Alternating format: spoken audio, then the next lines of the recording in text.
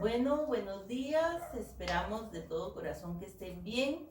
Nuevamente estamos acá grabando el encuentro número 6 con respecto al libro de Luigi sobre el Evangelio de Mateo. Algunos de ustedes están un poquito preocupados porque no hemos seguido poniendo los videos, subiendo los videos caseros. Pero es que, para que ustedes entiendan, ¿verdad? El mes de septiembre para nosotras fue muy fuerte por ser el mes de la Biblia. Y había muchísimas actividades, encuentros, ¿verdad? Entonces estábamos muy apretadas de tiempo. Y ahorita en el mes de octubre estamos igual, porque es el mes, ustedes ya saben, ¿verdad? El mes claretiano, el mes de las misiones, el mes en que estamos celebrando el Día de Claret, que es el 24 de octubre, y también celebramos los 150 años de la llegada de los claretianos a América. Entonces son muchísimas actividades que hemos tenido y por eso es que estamos un poquito atrasadas con los videos. Pero no se preocupen, vamos a seguir haciéndolos, ¿verdad? Entonces, como les decía, hoy estamos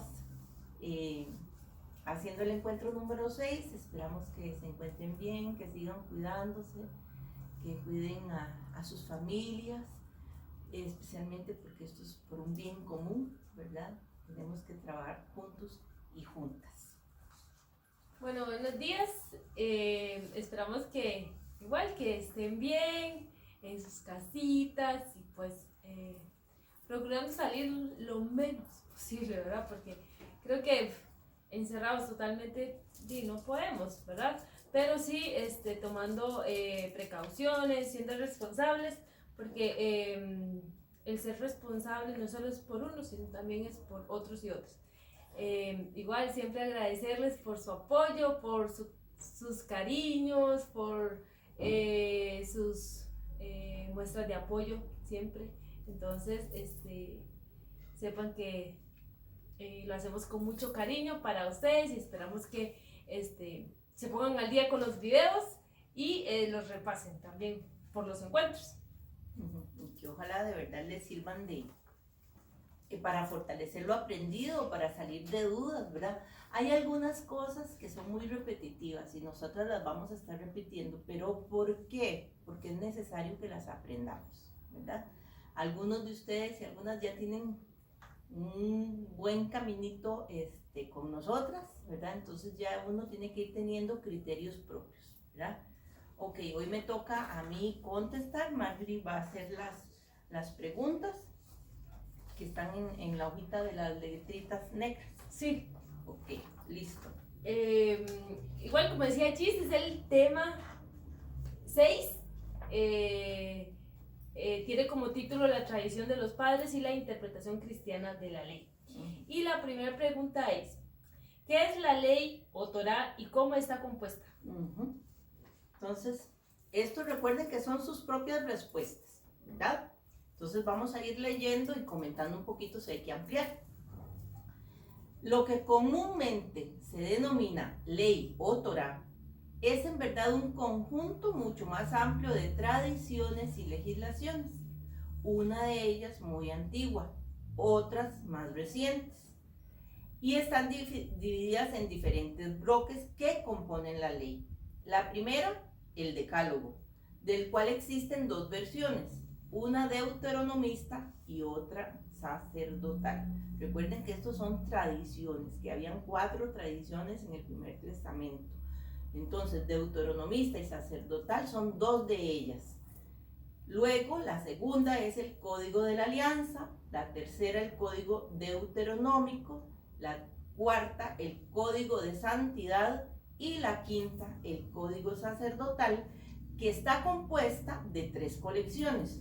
Una relativa a los sacrificios, otra a los sacerdotes y la última a los criterios de pureza. O sea que cuando hablamos de Torá es algo más grande de lo que tenemos casi siempre en mente, ¿verdad? Es toda una tradición que está dentro de los libros del Primer Testamento, los 5 primeros libros a los que nosotros llamamos Pentateuco, ¿verdad? normas que tienen que ver, como decía aquí, ¿verdad? Con el decálogo, con la alianza, con el código deuteronómico, con la santidad y los sacrificios, con los sacerdotes y la importancia de la pureza y la impureza para el pueblo de Israel. Entonces es algo enorme, ¿verdad? No es tan sencillo el hablar de la Torá o de la ley, ¿verdad? No es tan fácil de meter en una sola, como un solo bloque, sino que está compuesta de muchas cosas. Que de hecho comúnmente cuando decimos la ley o la Torá, solo nos referimos como a los 10 mandamientos. No, y a los primeros 5 libros de la Biblia, ¿verdad? Génesis, Éxodo, y ya los mencionamos. Pero sin saber que dentro de estos, ¿verdad? Para los judíos es súper importante porque contienen todo, o sea, la compone todo esto que para ellos es su ley, ¿verdad? Es lo que cumplen y lo que hacen, entonces abarca mucho más. Y muchos códigos que, como dice aquí, ¿verdad? Corresponden a su cultura. Entonces, para ellos era de suma importancia porque todo eso les daba identidad y los hacía tener una relación con Dios. Recordemos que para ellos esto de la impureza y la pureza y el hacer sacrificios era sumamente importante. ¿Por qué? Porque también estaban influenciados por esos sacrificios que hacían las otras culturas a sus dioses, ¿verdad? No podemos sacar a Israel del ambiente en el cual se desarrolló, ¿verdad? Ellos se vieron influenciados por todas estas costumbres que tenían las otras culturas a su alrededor. Exacto. La número 2, ¿cuáles elementos definen la identidad nacional del pueblo de Dios después del exilio a Babilonia? ¿Y quién es el personaje importante en la redacción de la ley? Dice, la formulación escrita de esta ley, de la ley que estamos hablando, de esta que está compuesta por este montón de códigos y tradiciones, ¿verdad? Junto con la definición del monoteísmo religioso, o sea, el empezar a creer en un solo Dios, ¿verdad? Y la reconstrucción del templo de Jerusalén, fueron elementos decisivos para la definición de la identidad nacional del pueblo de Dios después del exilio babilónico. En eso fue fundamental Esdras, considerado por la tradición el nuevo Moisés, y que tuvo un papel determinante en la redacción definitiva de la ley al inicio del cuarto siglo. ¿Qué quiere decir esto? El pueblo de Israel, cuando fue llevado al exilio en Babilonia, que fue una de las épocas más duras, y esto lo hemos visto en muchas ocasiones, ¿verdad? Una de las épocas más duras del pueblo de Israel es cuando se inicia la escritura, a raíz de la crisis. ¿Por qué? Porque ellos están recordando otra situación que vivieron que marcó sus vidas, que fue la esclavitud en Egipto y todo lo que tuvieron que vivir en Egipto. Entonces, pensando que esta situación seguramente no la iban a tener que volver a vivir, ¿verdad? Resulta que se les presenta una experiencia casi que igual ahora con el exilio a Babilonia. Y ellos empiezan a preguntarse que por qué, qué fue lo que pasó, que perdieron nuevamente la tierra, perdieron la libertad, nuevamente están esclavos en otro imperio, pero se está repitiendo la experiencia. ¿Por qué? ¿Verdad? Y empiezan a buscar respuestas. Cuando logran volver del exilio, es cuando surge también este personaje importante que es Esdras, ¿verdad? Y a raíz de eso, pues empiezan a escribir de sus experiencias pasadas, incluyendo la experiencia del Éxodo, ¿verdad? Entonces, ¿qué es lo que hace que el pueblo de Israel centre, o en qué centra el pueblo de Israel las bases de su identidad? Para poder recuperarlas, porque habían estado exiliados durante mucho tiempo y habían perdido el templo, porque había sido destruido, ¿verdad? Habían perdido la tierra y también tenían que recuperar la idea de ese único Dios, porque al estar fuera habían tenido mucha influencia de otros dioses. Entonces necesitaban reconstruir todo. y por eso dice aquí, se centran en la formulación de la ley, o sea, ¿verdad? Esa ley que va a ser la base de su identidad, la reconstrucción del templo y el definir nuevamente ese monoteísmo, ¿verdad? Exacto. ¿Por qué la ley fue explicada e interpretada? ¿Y cuáles son los dos elementos que la caracterizan? Probablemente la ley fue redactada en arameo, la lengua de los exiliados, y del imperio persa, que resultaba incomprensible al pueblo que hablaba hebreo, y por eso necesitaba ser explicada e interpretada. Para esta función surgen los escribas, descendientes directos de Esdras, que como él aplican su corazón a escrutar la ley de Yahvé, a ponerla en práctica y a enseñar en Israel los preceptos y las normas. La ley, a partir de ese periodo, se caracteriza por dos elementos importantes. Por un lado, las prescripciones y normas jurídicas que están por escrito, ¿verdad? Que en hebreo se llama halaká. Y por el otro, la tradición oral relativa a los textos narrados, ¿verdad? Que en hebreo se llama Haggadah. La primera dará posteriormente origen al Talmud, la otra al Midrash, el característico método hebraico de lectura e interpretación de la Biblia, ¿verdad? Entonces recordemos, esto que nos están contando acá también es muy importante, porque el ejemplo que siempre les ponemos, ¿verdad? Es como cuando nosotros tenemos familiares o nosotros mismos nos hemos ido a vivir algún tiempo al extranjero y lógicamente nos vemos influenciados por la cultura donde vivimos, ¿verdad? Entonces, en Costa Rica o en Centroamérica lo más común es que la gente se vaya para Estados Unidos.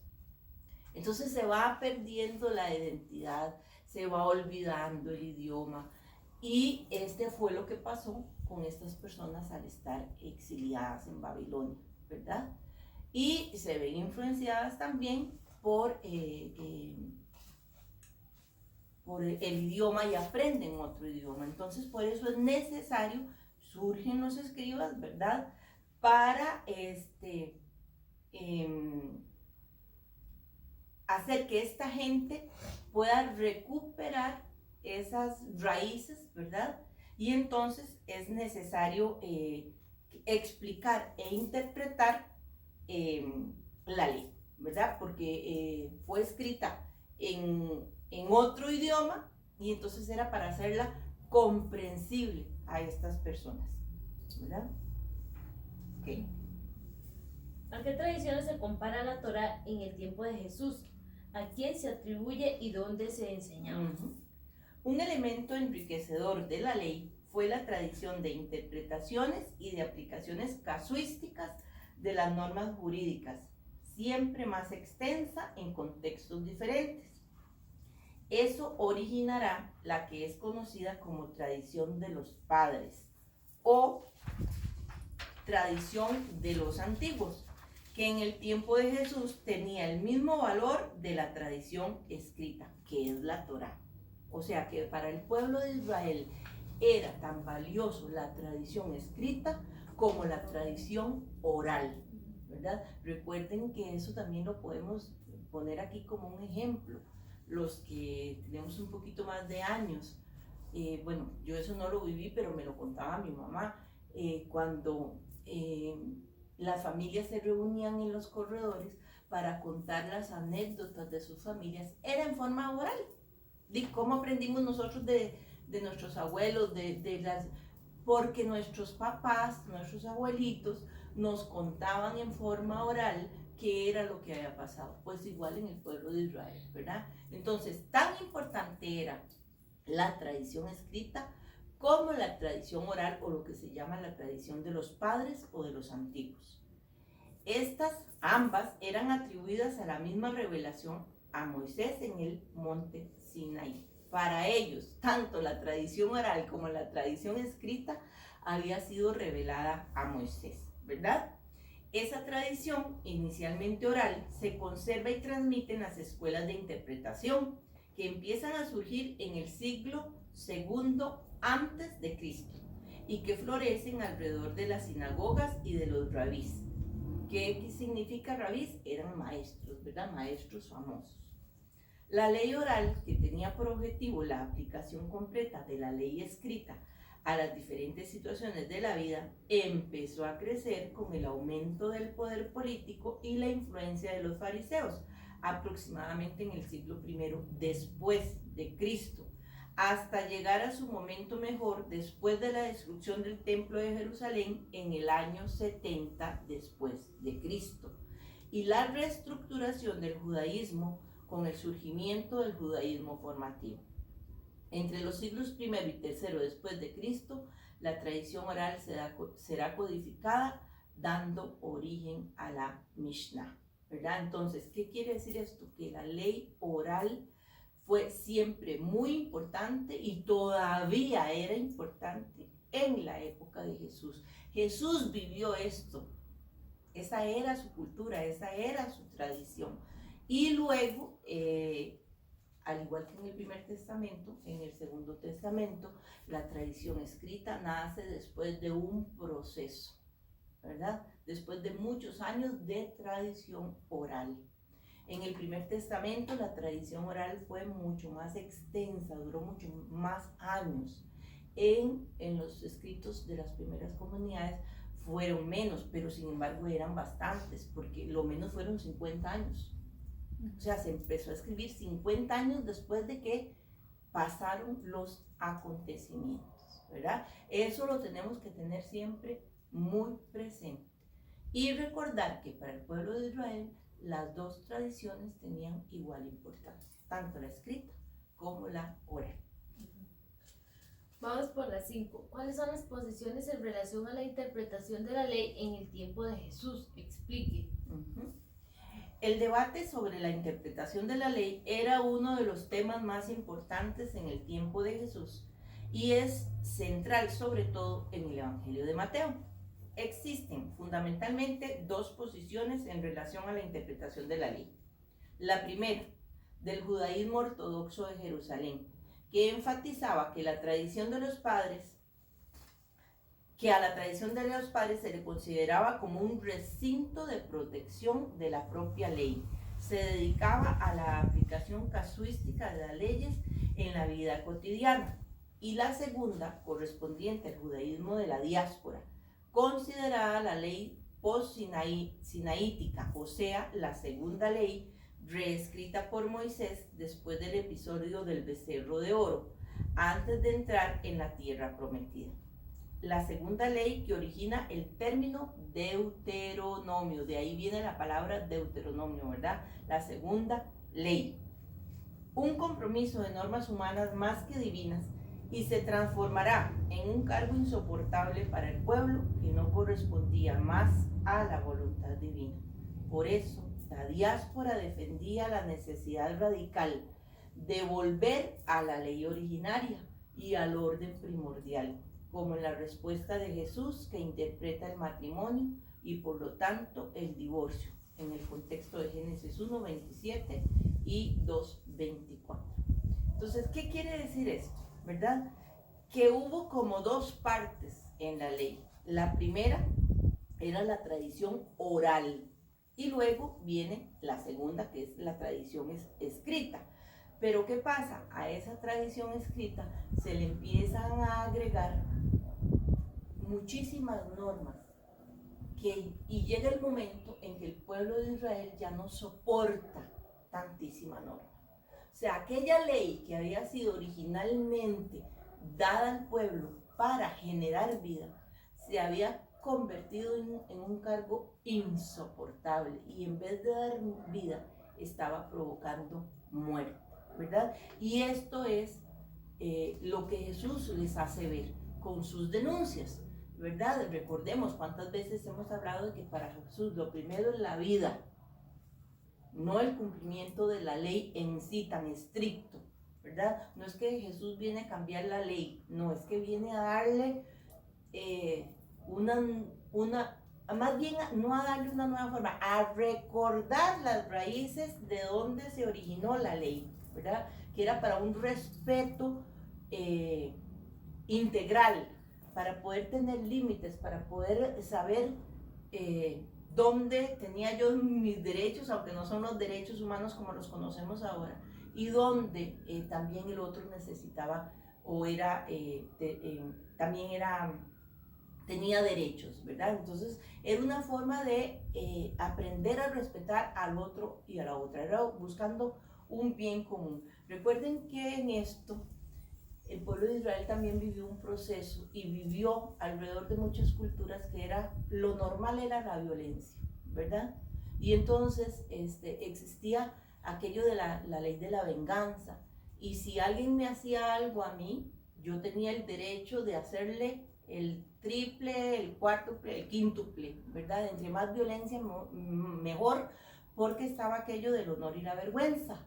Y entonces si alguien me ofendía, yo tenía todo el derecho de cobrarme muchas veces más, vengarme aquella osadía, aquella vergüenza, ¿verdad? Después, para poder tratar de tener un poquito más de equilibrio, viene la ley del talión, ojo por ojo, diente por diente, como para poder tener un poquito de menos violencia. Entonces, si alguien me hacía un daño, yo tenía el derecho de hacerle el mismo daño, no pasarme de ahí, ¿verdad? Era como ponerle límite, un poco de límite a esa violencia, pero siempre generaba violencia.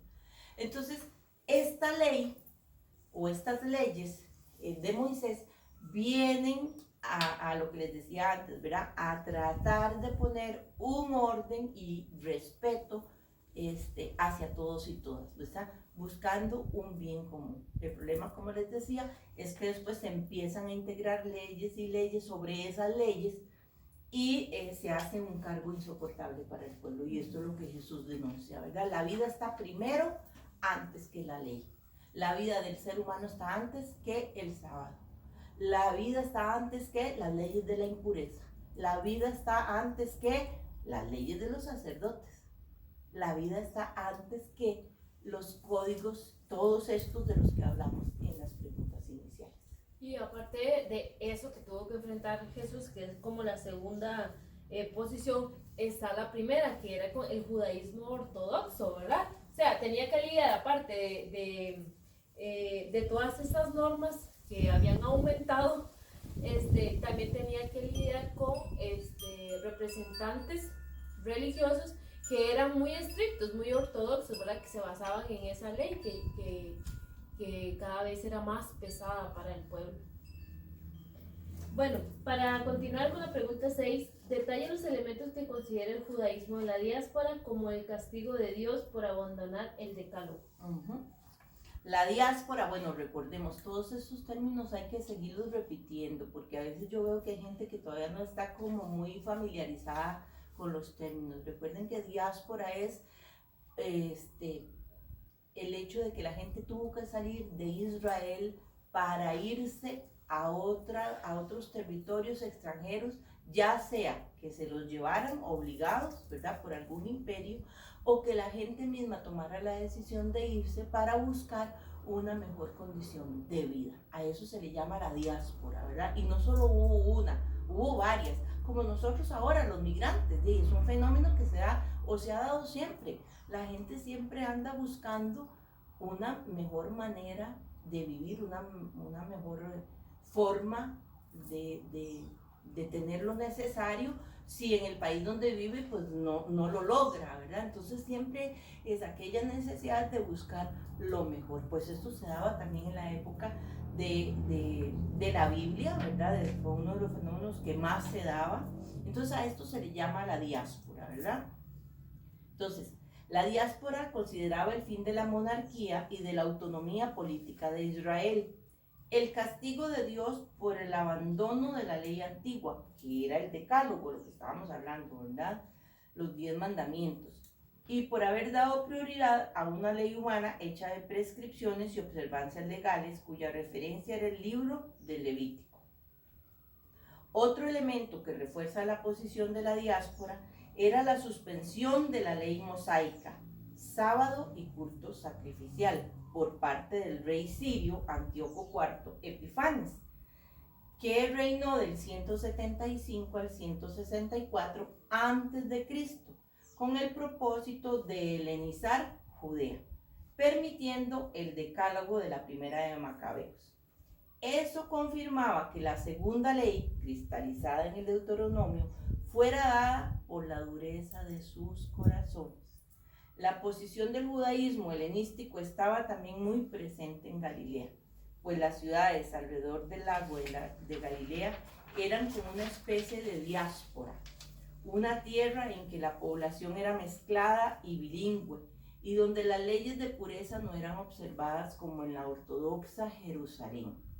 La posición del judaísmo helenístico estaba también muy presente en Galilea, pues las ciudades alrededor del lago de Galilea eran como una especie de diáspora, una tierra en que la población era mezclada y bilingüe, y donde las leyes de pureza no eran observadas como en la ortodoxa Jerusalén. ¿Qué quiere decir esto? ¿Verdad? Vamos a ver, había el judaísmo helenístico y el judaísmo, digamos, ortodoxo, que era lo que Marjorie estaba diciendo hace un minuto, ¿verdad? Entonces, había un grupo de Jerusalén que estaba en Judea, que eran estrictos cumpliendo la ley. ¿Por qué? Porque esta gente era muy nacionalista y tenían el templo, entonces cumplían en forma muy rígida los sacrificios, las normas, las leyes de pureza, ¿verdad? Cosa que en Galilea no era tan estricta. ¿Por qué? Esto también lo hemos visto muchas veces. ¿Por qué? Porque en Galilea era una ciudad de paso y de comercio, y entonces ahí hacían afluencia muchas culturas. Y la gente se acostumbró a esto, incluso aprendían ciertas palabritas de otros idiomas para poder comerciar, para poder sobrevivir. Y esto para los judíos de Judea era mal visto, eran considerados impuros, ¿verdad? Entonces están los judíos helenistas, y recuerden que helenistas lo que quiere decir es que tienen influencia griega, son judíos que han tenido o han vivido fuera de Israel y han tenido esa influencia en el cambio de alimentación, en el cambio de costumbres, e incluso hablan otro idioma, ¿verdad? Entonces esto para los judíos ortodoxos no era bien visto, ¿verdad? Y entonces esos hermanos judíos de Galilea eran vistos también como si fueran extranjeros o impuros, aunque fueran también judíos, ¿verdad? Entonces son dos grupos, los judíos helenistas, que han tenido influencia extranjera, y los judíos ortodoxos, que son los que siempre han vivido en Judea, y entonces, aunque sean hermanos, tienen conflictos, ¿verdad? Entonces, esto del decálogo, y yo creo que ojalá que esto les quede bien, ¿cómo se llama? Bien claro. Para el pueblo de Israel, para estos judíos ortodoxos de los que estamos hablando, el haber pasado por tantas situaciones difíciles, como por ejemplo el exilio en Babilonia, ¿verdad? El que se hubiera tenido que dividir el pueblo, el fin de la monarquía, el que se dividiera si hubiera perdido esta autonomía de Israel y los imperios los hubieran invadido, era culpa del pueblo mismo por haber dejado o abandonado esta ley antigua, ¿verdad? A la que nos estamos refiriendo, que es el decálogo, y por haber dado prioridad a una ley humana hecha de prescripciones y observancias legales cuya referencia era el libro del Levítico. O sea, por haber dejado las costumbres y las leyes antiguas, ellos veían que todas estas situaciones de conflicto, de opresión por medio de otros imperios era castigo de Dios por haber dejado la observancia de esta ley. No sé si me estoy dando a entender, ¿verdad? Pero yo creo que eso sí lo hemos nosotros repetido muchísimas veces en los talleres, ¿verdad? Recuerden que esta gente tenía esta idea del Dios retributivo. Si yo me porto bien, Dios me bendice. Y si yo me porto mal, pues Dios me maldice, ¿verdad? Entonces ellos veían que esto había sido un castigo de Dios por haber abandonado el decálogo. Yo creo que sí se entiende, porque igual en los otros encuentros Luigi lo viene explicando muy clarito. Y yo creo que en cada encuentro se va como profundizando más y se va aclarando más. Entonces, sí. No, y además de que nosotros en los talleres, no solo Luigi lo explica, lo hemos explicado en años anteriores, Sí. porque esto era algo que no solo Mateo vivió, lo vivieron todos los evangelistas, era una realidad común que vivía el pueblo de Israel, ¿verdad? En la época de Jesús. Exacto. Bueno, entonces para ir terminando, ya vamos con la pregunta 7, la cual dice: ¿cuáles eran las dos escuelas rabínicas de estudio de la ley en tiempos de Jesús? Explique. En tiempos de Jesús había entre los fariseos dos tendencias o escuelas rabínicas de estudio de la ley. Y antes de meterme en la respuesta, en lo que ustedes respondieron, yo quisiera explicar un poquito, ¿verdad? Porque esto es importante que lo conozcamos. Nosotros muchas veces creemos que los judíos, todos pensaban igual, y todos tenían las mismas creencias, y todos tenían la misma idea de Mesías, y todos interpretaban la ley de la misma forma. Pues no es así, ¿verdad? Y esto es lo que vamos a ver con esta respuesta. No es así. Había diferentes formas de vivir el judaísmo. Y había gente que tenía diferentes ideas de entender el mesianismo. Y esto lo hemos visto también muchas veces en los talleres, ¿verdad? Es igual que cuando les explicamos a nosotros a ustedes, ¿verdad? Que nosotros los cristianos tenemos en común y que todos creemos en Cristo, pero no todos tenemos las mismas costumbres, ni las mismas ideas, ni los mismos ritos, ¿verdad? No es lo mismo los cristianos católicos que los cristianos luteranos, que los bautistas y todas las otras denominaciones que existen, ¿verdad? Tenemos diferencias, ¿verdad? Por ejemplo, de la idea de María, para nosotros es muy diferente de la María como la ven las otras denominaciones. Los ritos, la forma de la misa es diferente a los cultos, ¿verdad? Y las costumbres con respecto a los sacerdotes y a los pastores, pero todos somos cristianos, ¿verdad? Entonces, ¿qué quiere decir esto? Que hay varios cristianismos, igual que en la época de Jesús, habían diferentes formas de entender a Jesús, igual que ahora. Pues igual pasaba con el judaísmo. Y esto tenemos que tenerlo muy claro. Y esto es lo que nos va a tratar de explicar un poco es la respuesta a esta pregunta. Entonces, entre los fariseos habían dos tendencias o escuelas rabínicas, o la forma de estudiar la ley. Una más rigurosa, que se refería al rabí Shammai, que era exponente del judaísmo ortodoxo, y la otra del rabí Hillel, como una línea más abierta. De Shammai se sabe que era probablemente originario de Galilea. Era una persona impaciente y se molestaba fácilmente, pero destacaba la alegría en su interpretación de la ley. Decía a sus discípulos: escoge un tiempo para el estudio de la Torá, habla poco y actúa mucho, y recibe a todas las personas con expresión de alegría. De Hillel se sabe que era comparado a Moisés y descrito como un nuevo Esdras, originario de Babilonia. Llega muy pobre a Jerusalén al inicio del siglo. Discípulo de Shammai y Abtalión, fue responsable del Sanedrín hasta volverse el más importante de todos los sabios y a quien todos se referían como un verdadero patriarca, fundador de una dinastía de sabios. Hillel comparte con Jesús.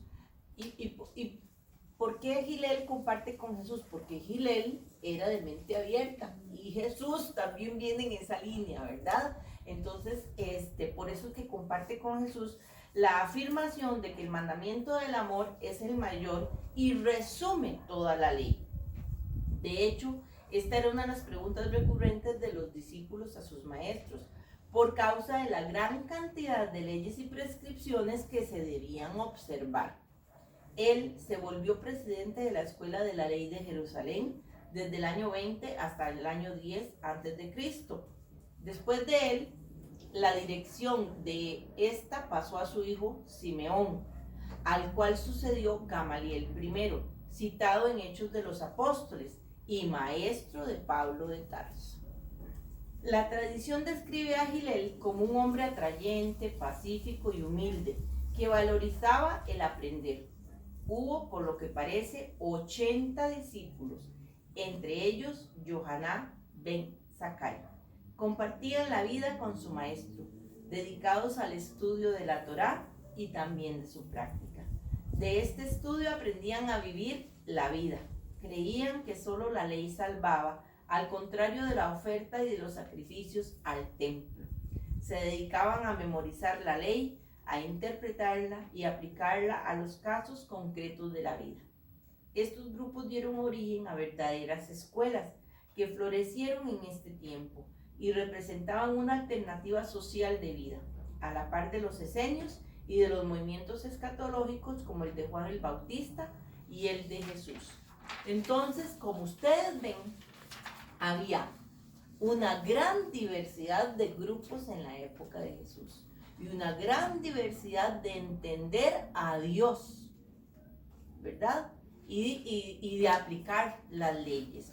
No podemos pensar en que todos eran iguales y pensaban igual e interpretaban la ley de igual forma. No, había gran diversidad. Y esto es lo que queremos que vayamos nosotros interiorizando y comprendiendo. Porque recuerden que para entender un texto tenemos que entender el contexto. Por eso es que estamos, o Luigi nos está guiando en este recorrido para poder entender cómo era la situación social, política, económica en la época de Jesús, ¿verdad? Porque esto es básico para poder entender los textos y no caer en leer literalmente y hacerle decir al texto lo que el texto no dice. Por eso aquí en una de las preguntas hablaba del divorcio y el matrimonio, de esa época, ¿verdad? Y no podemos confundir que lo que se estaba escribiendo en ese momento, estaban ellos pensando en el matrimonio y el divorcio como nosotros lo conocemos ahora, para nada, ¿verdad? Entonces, por eso hay que saber reinterpretar los textos o actualizarlos cuando los leemos, ¿verdad? Exacto. Así que bueno, yo creo que ya por hoy hemos terminado el encuentro número 6. Esperamos verlos próximamente y por favor que nos tengan paciencia, ¿verdad? Como les decíamos al inicio, porque hemos estado muy apretadas de tiempo. Les irán llegando los videos, pero un poquito más tardados por estos 2 meses que han sido tan fuertes para nosotras. Muchísimas gracias, que estén bien, síganse cuidando, Dios los bendiga. Les agradecemos muchísimo a todas las personas que siguen participando en el WhatsApp, respondiendo las preguntas, a quienes nos han apoyado en todas estas actividades que hemos hecho por Zoom, la Semana Bíblica, el encuentro de Laudato Si, todo lo que hemos hecho en estos últimos meses, la novena, ¿verdad? Todas estas invitaciones que les hemos hecho llegar, gracias por estar ahí, porque eso también es motivo para nosotros de seguir adelante, lo que nos da fuerzas para continuar. Y gracias por el apoyo, por la solidaridad, por el compromiso y la fidelidad de querer seguir aprendiendo de la palabra, y no solo para aprender, sino para hacer la vida, que es lo más importante. Así que Dios los bendiga, que estén bien, cuídense mucho, nos vemos pronto si Dios lo permite. Chao, abrazos. Chao, cuídense.